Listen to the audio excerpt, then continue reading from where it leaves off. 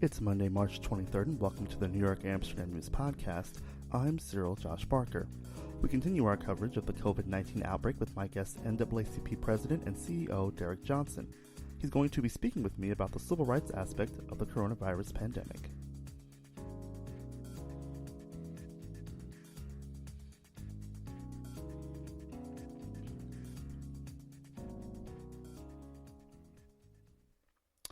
The United States now has the third largest number of coronavirus cases in the world. New York City continues to be an epicenter in the nation for the pandemic. Several black leaders and activists are calling on elected officials to make sure African Americans are getting equal protection, health care, and financial support. New York City now has 1/3 of the nation's COVID-19 cases. And yes, everybody, we are still continuing our coverage here of the COVID-19 outbreak. We are going to be doing this podcast now twice a week. We're going to do it on Mondays, and we're going to have another episode on Thursday. We have a lot of guests that have people that have emailed us for interviews, and so we're going to allow them to have this platform to be able to speak to us. Derrick Johnson, NAACP president, his camp reached out to us, and I suggested the idea of having him here on the podcast so we can talk to you about what that organization is doing to combat this and making sure that we're getting our fair share. You know, this is actually a race issue. A lot of people are telling me because of the different disparities that we have when it comes to finances, healthcare, and equal protection. So we're going to be talking about that. Well, again, my guest today is NAACP President and CEO Derrick Johnson. He's on the phone with me to discuss the civil rights organization's work during the coronavirus outbreak. Mr. Johnson recently had a discussion with New York U.S. Senate Majority Leader Charles Schumer on key policy points that must be included for people of color. Welcome to the podcast, Mr. Johnson. How are you? Good morning. How are you? I'm doing well. So let's kind of get into it here. The NAACP is out there doing a lot of advocacy work around this COVID-19 crisis that's going on in our nation.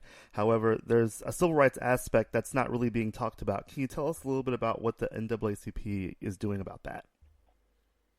You know, this pandemic is akin to a Katrina response. First, we want to make sure that government respond to the nature of the harm that many citizens are faced with during this economic downturn, in many states quarantine.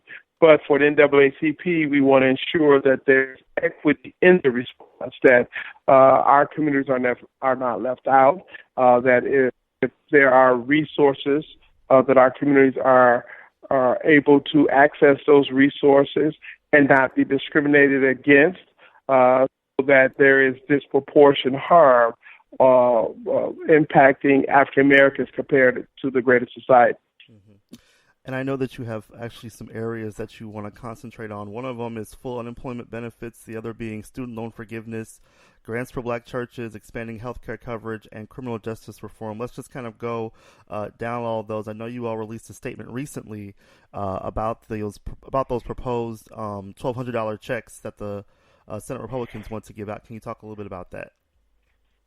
You know, I think it is a start, but it's not sustainable. If you have individuals who are unable to work, we got to make sure that they are not impacted long term. If you were going to give corporations bailout resources, those corporations should be required to create any financial harm to the very employees to allow those corporations to exist.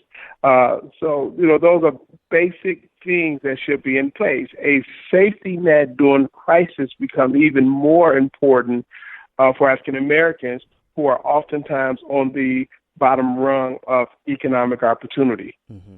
And I just want to go back for 1 second. You actually had a discussion with U.S. Senator Minority Leader Charles Schumer from here in New York. Tell us about how that conversation went and what you all talked about. But we raised some of the concerns that I'm discussing here today. I thought it was a good discussion, but unfortunately, under the current Senate majority, they put forth a proposal yesterday that lacked many of the things that we were pursuing. You cannot have a recovery where all of the resources from the government, for the most part, is going to large corporations who are doing very little for the individuals who are impacted. We have a disproportionate number of African Americans who work for government to ensure the system in place. Individuals are also saddled with a tremendous amount of student loan debt. It is good to forgive that debt for 2-3 months, but we really need to be talking about how do we completely wipe away that debt so that we will maintain the best and brightest who work for government. This is very true during this time. The reason why we are in this pandemic crisis is because of bad decisions from this administration and system failures from our government, not the people who work there, but the people who have been run away because they could not make a viable living with the compensations. We should be making sure that we get and retain the best and brightest. We need to make sure that our religious institutions, the black churches in our communities, are not adversely impacted. Can you imagine a church who's unable to convene their congregation for over a month, 2 months? How are they able to do the collection effectively so that any mortgage or notes that's held out against the church is not held against them and the churches are foreclosed on? That's a recipe for accelerating gentrification in some of our communities. That's a recipe for churches shutting their doors, the place that we in those communities look to for not only spiritual help and growth, but also all of the ancillary benefits that our churches provide to our communities. Right. And one of your other topics is, one of the things I wanted to ask you, I'm so sorry. It's interesting. There was a press release I received from one of the black church organizations that are basically telling members over 60 to not attend church for health purposes. And so that's a big chunk right there. Even if churches are holding services, which a lot of them maybe shouldn't because of social distancing, they're still taking away. There's still a financial arm that's being taken out, and that's the money that, the fewer people in church, the less money you're going to get, obviously. Also, expanding health coverage. Can you talk about that? I know that we talk a lot about discrepancies with healthcare in our community, and this is a good example of that. Can you elaborate on that? When we start looking at this pandemic, we're not starting from an even playing field. That we have far too many people in our community who already lack access to quality, affordable health care. And now when you add in the additional burden of this pandemic, that unevenness will be accelerated. We have to account for that. So any package coming out of the Senate and the House should account for that so people are not adversely impacted in a way in which they are unable to recover health-wise. We are in unprecedented charted water now. We have not seen this type of health pandemic since 1918. And so we have to learn as we go. But as we go, it should be based on a value system of supporting the least of those in our community and make our way up, not a value system that places corporations over people. Okay. And then, of course, a big topic here in New York City is criminal justice reform and protections for at-risk populations in jail.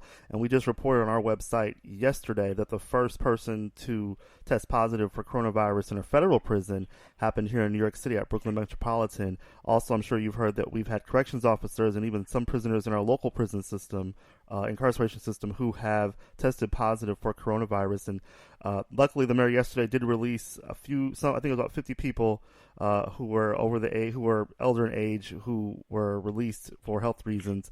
What are your thoughts on this, on criminal justice reform? There's a lot of conversation on this. Well, there needs to be criminal justice reform in this country writ large. This is only exposing the need to accelerate some of those reforms. Elderly violent offenders should be released, but we need to be careful that their release is handled with care, so we're not releasing elderly people into the streets and then we create a new homeless population. We need to make sure that those who are in most need of medical attention are released, but we got to make sure that we're not releasing them so they can suffer alone without the necessary medical treatment that they should be provided. We problem. All of our systems will be challenged, from the criminal justice system to the education system.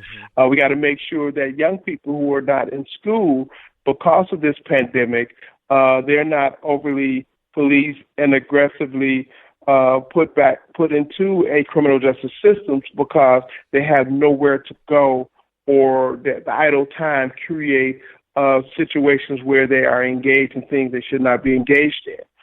This is a moment that we look at all of our system with a 360 lens to make sure that where we're pursuing a remedy on one thing, we're not creating a harm somewhere else. Absolutely. One other hot topic that's happening here in New York City right now is the topic around housing, particularly about rent, because a lot of people are out of their jobs right now. There's a very big movement going on here for landlords to cancel rent, or to suspend rent, I should say. What are your thoughts on that? 65% of New Yorkers are, tenants or renting from somebody or a big corporation. And of course, a lot of people fall in that low income bracket. It's a lot of our folks who are in that. What are your thoughts on that? They already suspended the mortgages, but should rent be suspended? Well, absolutely. Rent should be suspended, and we need to halt any foreclosures on homes or evictions on renters. This should not be used as a moment for individuals to create harm. The general public policy rules should be create no new harm, do no new harm. Make sure people are not at harm, because evicting people at this time, you're creating potentially an increase in the homeless population, who are also vulnerable to contract this virus. And if the homeless population contract the virus, that means they are not social distancing because they are homeless. Therefore, it only opens up for more people to contract the virus. Again, this is a problem that we need to stop all things, because to create a remedy on one side could create a harm on another side. And so things need to stop so we can do a true assessment on how we should be moving forward as a society, and not allow individuals to use this as a predatory moment. Right. Another area of concern a lot of people have is about this, with the schools being out, there's a lot of exposure about the digital divide in this country, and that a lot of our students in public school don't have the necessarily let alone a computer and not even internet in their homes. What are your thoughts on the digital divide? Is it being exposed, and how can we fix it? But the inequities will be glaring. There will be more things that we identify that's lacking in many communities, particularly our community, the longer this quarantine holds out. And so we have to address these public policy issues and be prepared to pivot when necessary. Young people being at home without access to internet, access to computer, is an unfortunate reality. There was a time where young people being home at a very minimum, maybe they had a set of encyclopedias. Encyclopedias don't exist anymore because it's Google. You can't access Google if you don't have a computer. And even if you had a computer, if you don't have connectivity to the internet, you're still locked out of information. And so as we continue to try to practice social distancing, and in some states where they have true quarantines, we have to begin to acknowledge that there are huge gaps in the equitable realities that many Americans and other citizens, Black folks, will be facing. Okay. And my final question for you is one that it actually is getting a lot of discussion on our social media and our website. And whenever we do a story about civil rights and social justice and the coronavirus and racism and the coronavirus, some people, not all, but a lot of people are kind of resistant to the idea that this conversation even needs to be going on, because they say coronavirus doesn't discriminate. Anybody can get it. Doesn't matter if you're black or white. What do you say to that, to folks who are saying that race is not a factor here, and that we should all just be working together to stop this virus and not do any of the things that you're outlining here? Well, coronavirus, it is a true statement. It doesn't discriminate. The problem, what does discriminate is public policy, structural racism, people's intent, and how we value individuals. That's the discriminating factor that is always penetrating our everyday life. And so when public policy is being considered, if you consider public policy without a racial lens, it can be discriminatory. If you are talking about individuals who have placed a different level of value on companies over people or certain people over other people, that's a discriminating process. If you have a structural deficit in all of your systems across the board, which we know structural racism exists, that's the discriminating factor on who gets tested and who's not tested, who gets treated, who's not treated, what access to information is provided and who's denied access to information. The discrimination is something that this nation has never dealt with effectively, and it would expose itself in an accelerated form in the midst of this crisis. All right. I actually have one more. I lied to you. I'm so sorry about that. What I did want to know from you is, can you tell us a little bit about what the NAACP is doing to help, quell the spread of coronavirus? I know I'm sure at your office there are people working from home. What are chapters doing to try and help with this issue? Well, we're asking all of our member volunteers across the country to practice social distancing, to move our meetings from in-person meetings to Zoom or teleconference meetings, to follow the best medical advice in their local areas. Our staff and all of our offices across the country are closed. People are working from home. The best thing we can do as an organization is share information, timely disclose, and raise our advocacy voice to ensure that any type of support that's available is available in a non-discriminatory manner.